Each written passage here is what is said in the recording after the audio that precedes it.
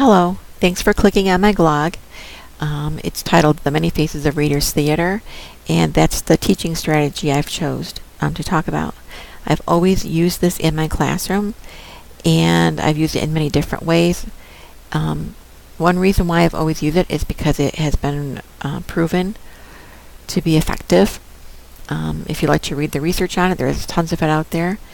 It integrates reading, writing, speaking, and listening in a very authentic manner, and it allows you to do cross-curricular work. The kids are reading, writing, speaking, but it can be about science, it can be about social studies, it can be about mathematics.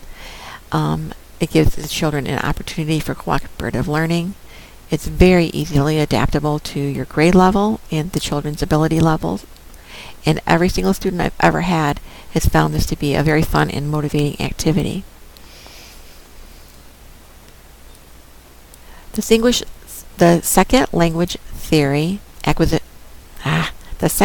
acquisition theory that I think is most closely aligned with Readers Theater is the community of practice. It allows for you to group the children heterogeneously, which allows the less proficient students to have a group which will have a more proficient student or a native English speaker as a model. Every single student is engaged because every single student has some sort of a part.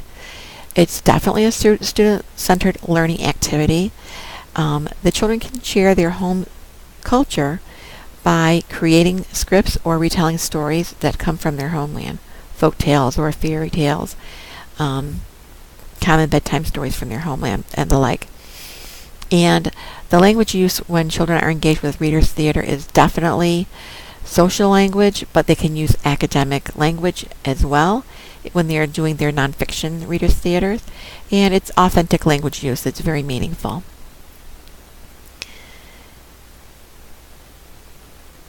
The individual differences affecting second language acquisition that I chose to focus on are learning styles. When you vary your learning activities, you can connect with the different modalities of all the students. And for example, kinesthetic learners love Readers Theaters. They can stand to read. It doesn't matter if you're doing only a voice recording, no one can see them standing. And if they're actually acting it out for a live audience or you're doing a video, then it's great that people can see them moving around, and they really get into that. Age is another factor, and this refers to the critical hypothesis theory of second language acquisition, and Readers Theater is able to engage all levels and all ages of students. It gives them a chance to use language in a really authentic way as they're negotiating who is going to have which parts, as they are talking about and reflecting on how their Readers Theater is going, and then of course the language that's in the Readers Theater. Group affiliation and identity, ethnic group affiliation and identity. There's often an imbalance in the classroom between the majority language speakers and the minority language speakers. Readers Theater gives us a chance for there to be a level playing field. Everyone has a part, it's an equal part, everyone is important. Personality. Readers Theater allows the children who are very extroverted to stand out and take the larger roles, and the children who are shy or less proficient or may not be quite out of their silent period yet can have a small role that's much less intimidating. Aptitude is referring to the natural talent that children have for different things, and the children who have a natural ability for drama or reading can really shine and show their abilities. Motivation, the everyday lessons are broken up when you do Readers Theaters, and it's cooperative rather than a competitive activity, and children generally always find it very exciting.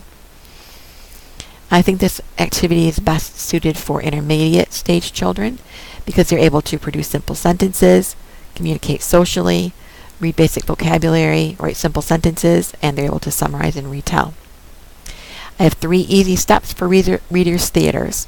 The children get their scripts, they read them, they negotiate who gets which parts, they read together to try out the parts, and once they're set with the parts, they just practice until they're comfortable reading their parts.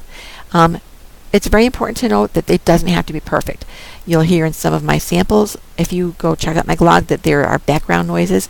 That's okay. The process is the important part. Once you perform, you choose one of the many